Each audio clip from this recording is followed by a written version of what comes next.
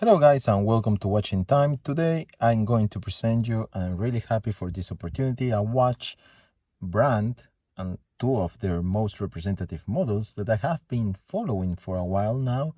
I have not bought this watch, so they are not part of my collection yet. I kindly asked them directly to the producer and seller if they could lend me two watches to actually have a look at. I realized that this brand that I'm going to talk about is well known by some watch aficionados because it's a brand that has been there for a very long time. It has a lot of history in Swiss watchmaking. But at the same time, it was very absent from the 80s due to the quartz crisis, and now has recently been relaunched. So I'm talking here about Nivada Grenchen. Nivada Grenchen, as you all probably know, it's a brand that has a history, but it was absent after the quartz crisis. So this relaunch really got me curious on what they are going to be reproposing and how they're going to be reproposing today in 2022. But for the last 4 or 5 years, we have been living a relaunch of Swiss brands that were dead after the quartz crisis. And I'm really happy because it is also a way of generating and bringing back from one side the nostalgia, but also preparing companies that had a strong manufacturing and history behind to present and represent themselves maybe with new models in the future. So this is a video in which I'm going to talk about a little bit about the history of Nivada, the watch that has been lended to me, so for my review, and a little bit of what I think. Before going on, I just wanted to show you guys a very quick tease of my latest arrival to the collection actually. So this type of things, that happen when you least expect it. And I actually received the call a couple of weeks ago to pick up my Starbucks. So I'm really happy for this, guys. I'm going to do a full video there. I know there are thousands of videos about the Starbucks around, or the Cermit, whatever you want to call it, but I would like to give you guys my point of view, especially because I also own the no date from 2021 release. So these are two of the, I don't know, probably most wanted latest models from Rolex, and I would be happy to share my thoughts with you. So let's go back to Nivada Grenchen. Don't take them out of the picture, and especially with the Rolex. So I'm going to do two videos because they actually lend me two watches. So wait for this one, it will be coming next. So I have the Master that will be the next video, and the Chronomaster that will be launching now to you all viewers. So about the Chronomaster, what can we say about this? Is a chrono watch that was released by Nivada Grenchen around 1963. So it's obviously a 60s chrono watch. Nivada Grenchen has been there from early 1900s. So we're actually talking about 1926, the year in which Nivada Grenchen was founded. And obviously the first model that they released during that time was the Antarctica. So the Antarctica is a two watch that they designed for that period, that was designed to be used also in extreme situations, maybe like Antarctica, also its name still is, expeditions, and it was really well received by the watch aficionados of the time. The design is very classical. I will try to put a picture here for you to have a look at that. I have actually ordered one of the Spider models that should be releasing this month. So I will be owning that watch, and as soon as I get it, I will do a review for you guys. And later on, with the evolution of time requirements and specifications, they developed several new models. So one of them is the Master, which is actually an excellent diver with 1000 meters depth resistance. And the other one is, and it actually came first, the Chronomaster. So at the time, they were using movements like the Vallejo. Obviously, that was the main chronographic movement to be used during the period. So that's perfectly fine. Today, Nivada Grenchen is using Celita watches, Celita movement, sorry. I know they are doing some limited edition batch of these Chronomasters, especially the King, they're calling it, that actually wears the value like it was originally intended, but obviously as a higher premium price. And at that point, it's really for us users to decide if you really want a value movement and if there is an advantage for you for that, or if you're going to be quite happy with the Celita. The Celita movement that they are using and they are presenting in their models are actually two. Well, it's the same model, so it's the Celita SW510, but you will have two models in terms of being automatically or mechanically winded. I ask for the mechanically winded because that's the one that obviously represents better the vintage period of the time. And you obviously need to wind it with the crown. And like the Omega Speedmaster, you will need to do this every time because the power reserve obviously doesn't last forever. So in this case, we are talking about a duration that is going to be relative, but definitely will guarantee the use of it during the time that you will be needing it. But at the same time, you have a size of the watch that it's quite usable. I think during the last 30 or 40 years, we have been shifting around the type of size of watches that we like to wear. So we are going from smaller to bigger. I am the kind of guy that likes the bigger watch side, but I also enjoy some smaller size watches. So they, obviously, being a watch company that was born during the 60s, they were born with a smaller size.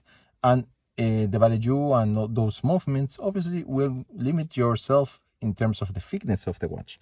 But in terms of the size, the case, it's actually quite restrained because it's only 38.3 millimeters. 38.3, that's a size that actually my wife can wear. So to tell, I know that many people love this type of size, especially the smaller wrist guys. It doesn't look bad on a bigger wrist, that's okay, but definitely it's something to take into consideration. But it's also based on how it was originally made. So when you are relaunching a watch brand from the 60s, 70s with a lot of history like Nivada Grenchen, you have a couple of choices. The brand was relaunched, thankfully, in 2018.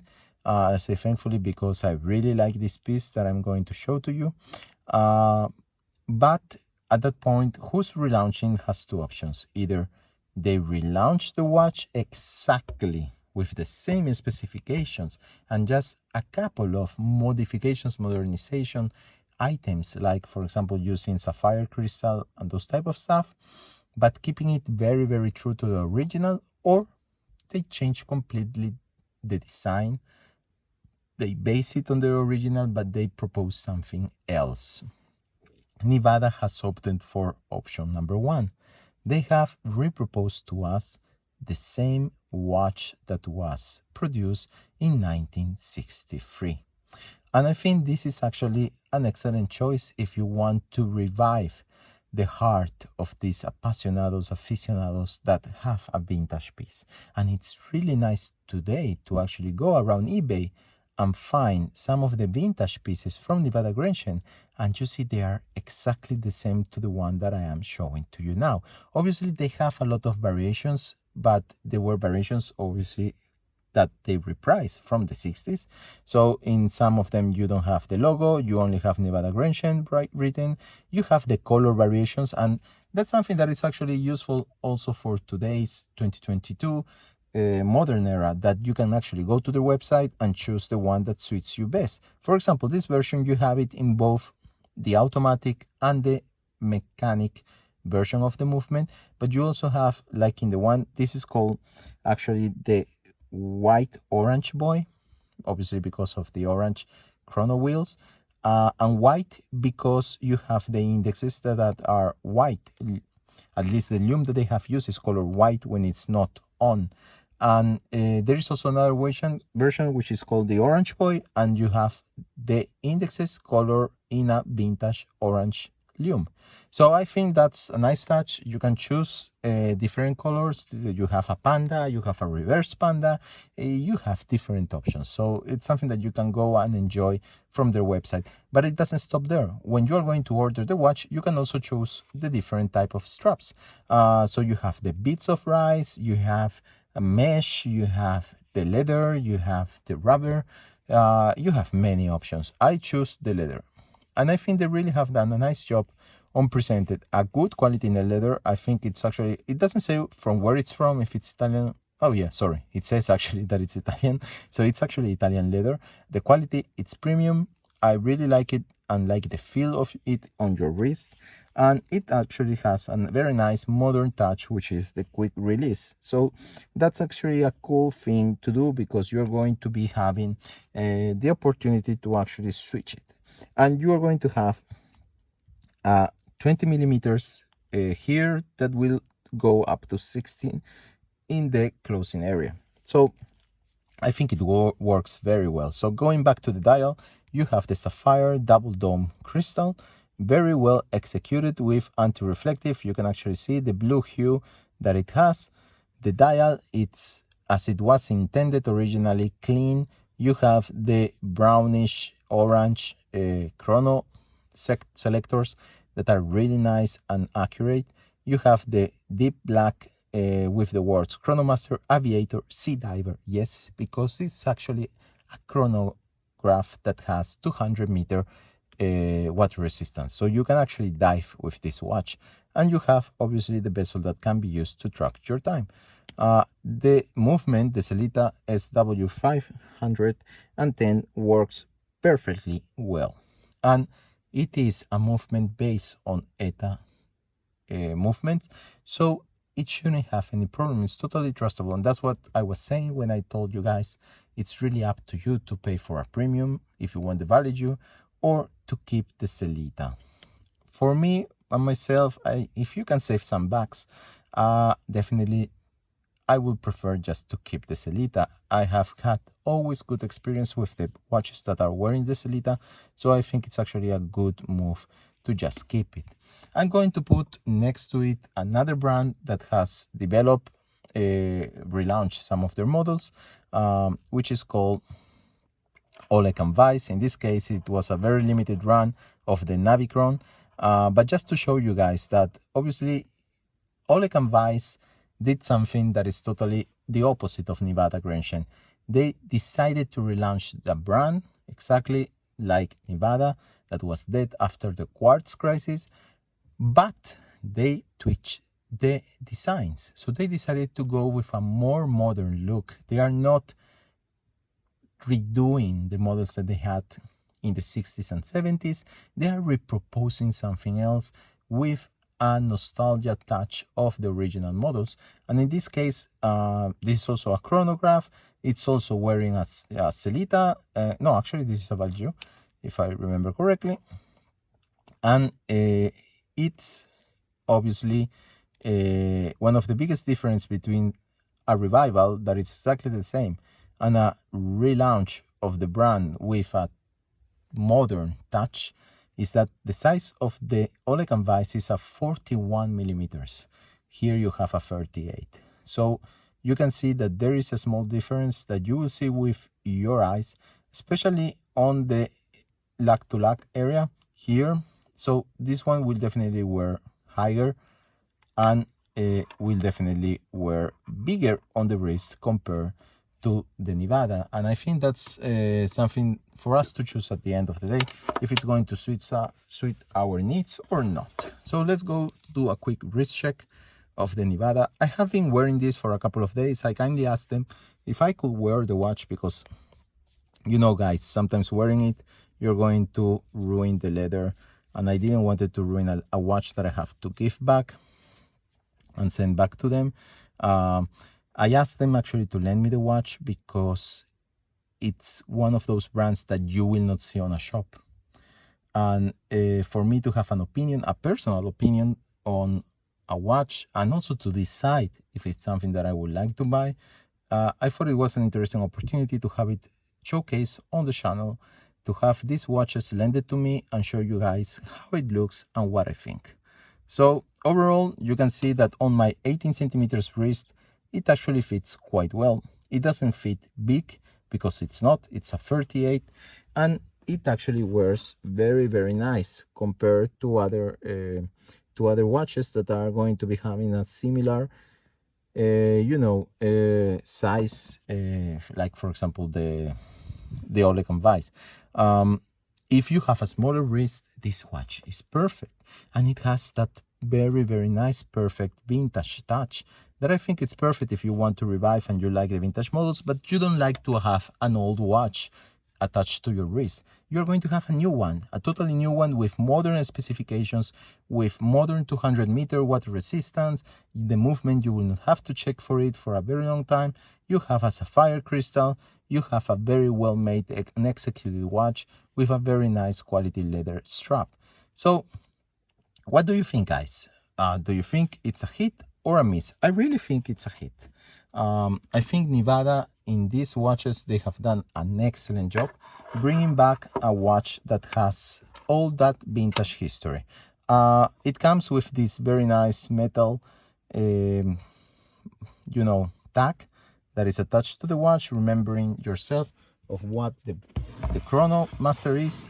A box that looks quite simple from the outside is a cardboard box, so it's cool because you are reducing at least the impact of plastic materials being used nowadays on these boxes.